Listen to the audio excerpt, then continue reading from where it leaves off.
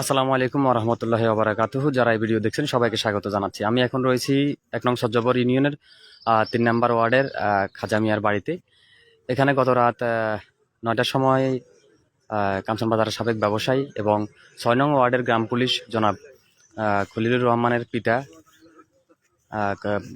খাজা মিয়াকে আজকে ভোরাতে কোনো একটা সময় দুর্বৃত্তরা গলা কেটে হত্যা করে তার বাড়ির সামনেই লাশ ফেলে রেখে যায়।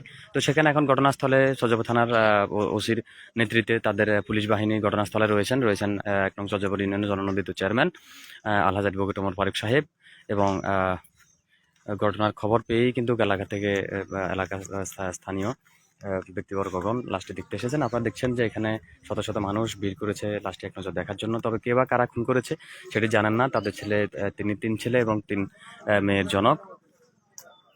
তিনি কাঞ্চন বাজারের খাজা স্টোর নামে দীর্ঘদিন ব্যবসা করেছিলেন। আজকে